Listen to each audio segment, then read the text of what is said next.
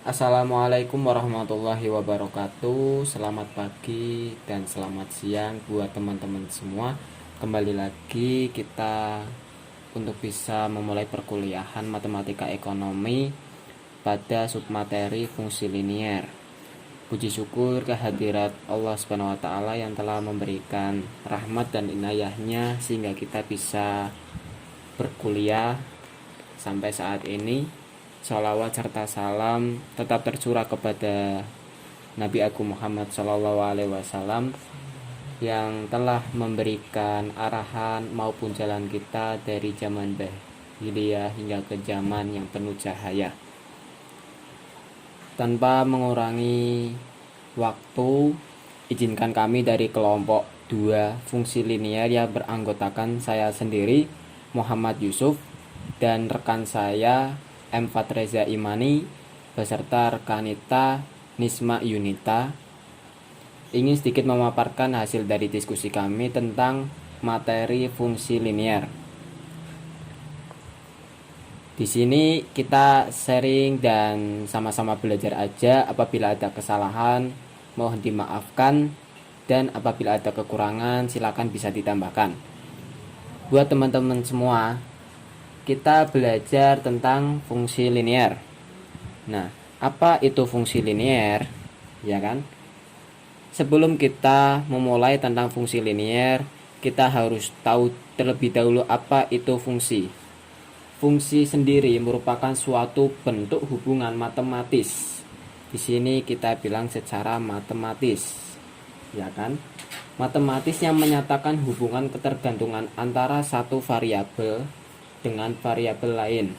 Nah, tentu kita di sini ketika berbicara tentang fungsi linier, dulu kita udah belajar semasa waktu SMP ataupun SMA. Nah, unsur pembentuk fungsi sendiri itu apa ya? Di sini ada unsur yang membentuk fungsi, ada 3, yakni variabel, koefisien, dan konstanta. Nah, apa itu variabel? Variabel bisa kita jawab, variabel itu huruf kecil di setiap persamaan linier. Jadi variabel itu bisa huruf alfabet, huruf hijaiyah, A, B, C, dan seterusnya, yang menempel pada angka koefisien. Nah, terus apa itu koefisien? Koefisien adalah angka dari 1 sampai 10 dan seterusnya yang ditempel oleh variabel. Misal 2x, berarti di sini variabelnya x dan koefisiennya 2. Lalu kita berbicara tentang konstanta. Konstanta itu diperlukan ketika ada 2 variabel atau persamaan. Di sini konstanta sendiri kita contohkan seperti 2x kuadrat plus 2x plus 2. Konstanta itu tidak menempel variabel apapun, jadi yang berdiri sendiri. Nah, di sini kita rumuskan bahwa unsur fungsi sendiri itu ax plus bx plus c. Jadi seperti itu. Nah, sebuah relasi hubungan himpunan A, himpunan B dikatakan fungsi jika memenuhi syarat diantaranya anggota A mempunyai pasangan di setiap anggota B. Nah, jadi pemetaannya bisa kita gambarkan melalui diagram panah.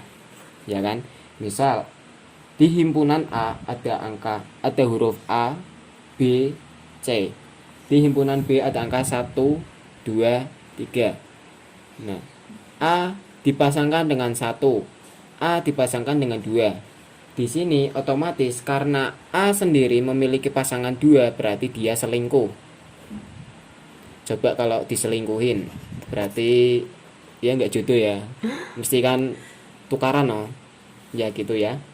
Terus kita lanjut. Ketika A 1, terus B 2, terus C 3. Ini merupakan sebuah fungsi karena memiliki pasangan. Bahasa kasarnya fungsi itu adalah pemetaan, jadi dipetakan seperti itu. Nah, fungsi sendiri itu dikelompokkan menjadi berapa? Fungsi dikelompokkan menjadi dua, yakni fungsi aljabar dan fungsi non aljabar. Adapun fungsi aljabar ada fungsi yang masuk akal ataupun fungsi yang tidak masuk akal. Nah, fungsi yang tidak masuk akal adalah fungsi yang tak terhingga. Jadi, kalau kita melihat dari buku matematika ekonomi, contoh dari fungsi irasional sendiri emang tidak ada karena angka dan variabelnya pun tak terhingga. Nah, di sini kita membahas fungsi rasional, salah satunya di sini adalah fungsi linier. Ya kan? Fungsi linier adalah fungsi di mana variabel bebasnya paling tinggi berpangkat 1. Jadi yang dinamakan fungsi linier itu hanya berpangkat 1. Misalkan kalau berpangkat 2 berarti fungsi kuadrat. Jika berpangkat 3 berarti fungsi kubik. Ya. Nah, fungsi linier sendiri bentuk umumnya yakni y sama dengan fx, y sama dengan a plus bx. Nah, a dan b adalah konstanta, adalah konstan. Konstan itu apa? Bilangan. Terus x adalah variabel bebas, y adalah variabel terikat. Nah, di sini penggambaran fungsi linier yang paling mudah adalah yang menghasilkan garis lurus. Misal, saya kasih contoh. Y sama dengan 3 plus 2x. Nah, kita harus tahu titik koordinat Y ataupun X-nya itu seperti apa. Kita misalkan X sama dengan 0, Y sama dengan 3. Nah, coba kita substitusikan. Jika Y sama dengan 3, ya kan, plus 2x, Y-nya adalah 3 plus 3 plus 2 kali 0 sama dengan 3 plus 3 plus 0. Jadi hasilnya 3 sama dengan 3. Jadi seperti itu. Ya. Dan kita misalkan pun nggak harus X itu 0 ataupun Y3. Yang penting ketika X-nya itu sejajar dengan Y. Seperti itu. Ataupun kita beri contoh lagi. Y sama dengan 2X. Nah, di sini misal Y kita pasang 0. X-nya kita pasang 0. Jadi 0 sama dengan 0. Berarti seperti ini, ya. Nah, untuk membentuk suatu garis lurus, nah bagaimana cara kita untuk bisa mencari titik-titik ini? Jadi ketika titik pertama ada 0,0, terus titik kedua misal ada 1,2, titik ketiga ada 2,4. Nah, kita garis luruskan. Seret. Misal 1 2 3 4. 1 2 3 4. Misal 0 sama 0 sini. Ya kan? Terus 1 sama 2. Ya kan? Misal 2 sama 4. Nah,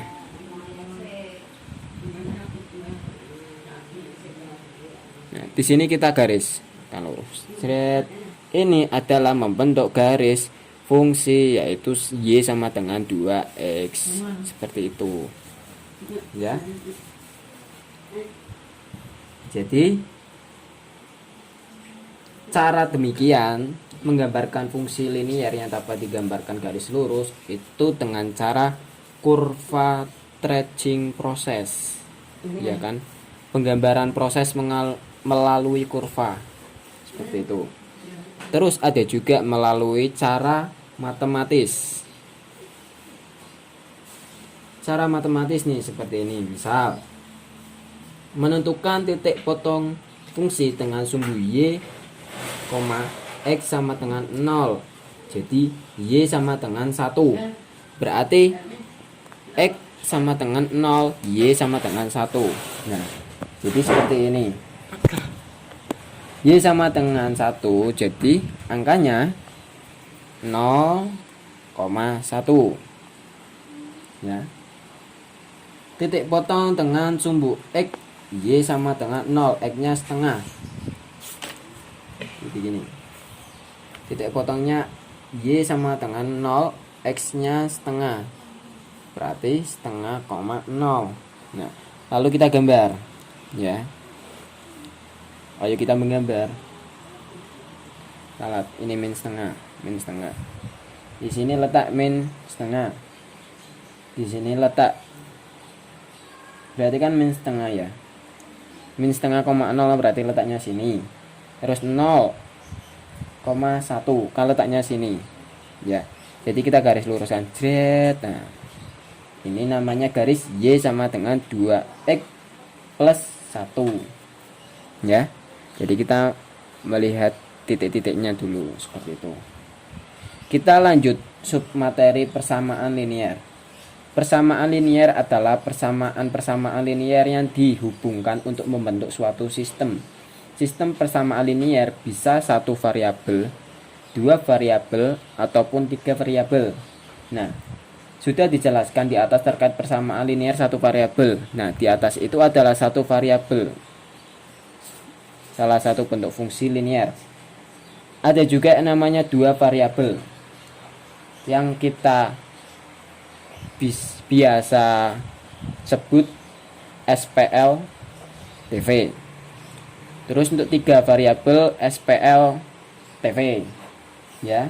Untuk SPL TV contohnya AX plus BY sama dengan C, PX plus QY sama dengan R. Di sini kan ada dua variabel, ya kan? Nah, sistem persamaan dua variabel. Jadi seperti itu. Ataupun cara penyelesaiannya bisa menggunakan eliminasi, substitusi, ataupun metode grafik. Nah, seperti yang dicontohkan dalam makalah.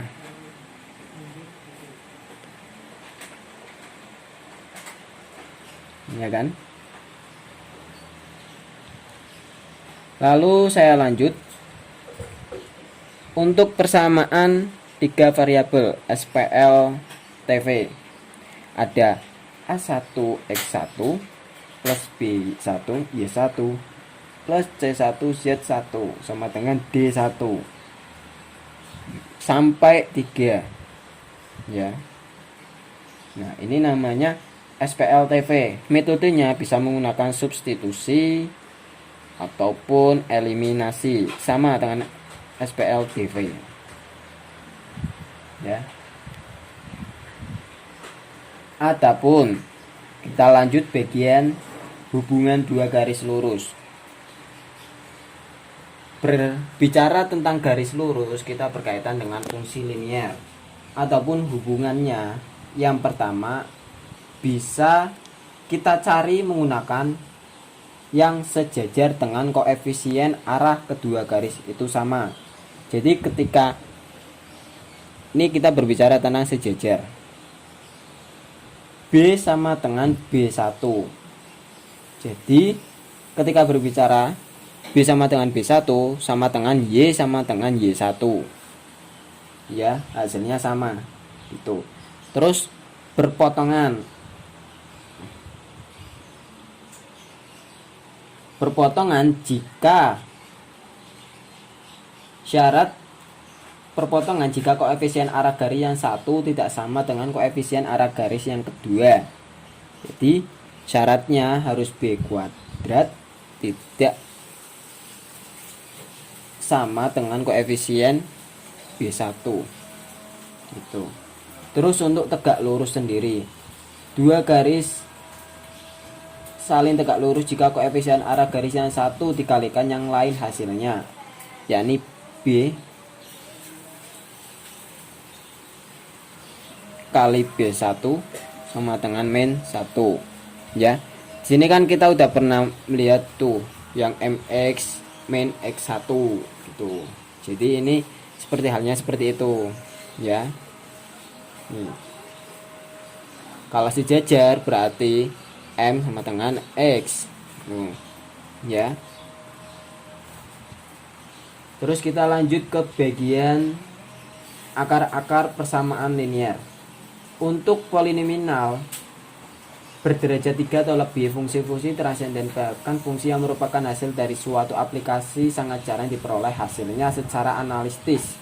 Jadi adanya kemungkinan kita bisa mencari itu bukan hanya dari analisis saja. Nah, maka dari situ di sini dalam PPT yang kami berikan itu kita cuma menggunakan rumus X sama dengan min B ya, NB kuadrat min 4AC sama dengan 2A. Jadi rumusnya seperti ini aja untuk mencari akar. Baik, terima kasih dan sekian pembahasan dari kelompok kami. Kurang lebihnya mohon maaf apabila ada salah kata ataupun salah dalam penjabaran materi. Sini semangat buat teman-teman untuk mengerjakan kuis yang kita berikan. Salah benar itu hal yang biasa karena kita dalam menuntut ilmu bukan hanya merasa benar tapi kita juga wajib salah. Dalam mencari ilmu kita bisa saja gagal, tapi bukan berarti kegagalan kita adalah menunda kita sukses. Terima kasih. Wassalamualaikum warahmatullahi wabarakatuh.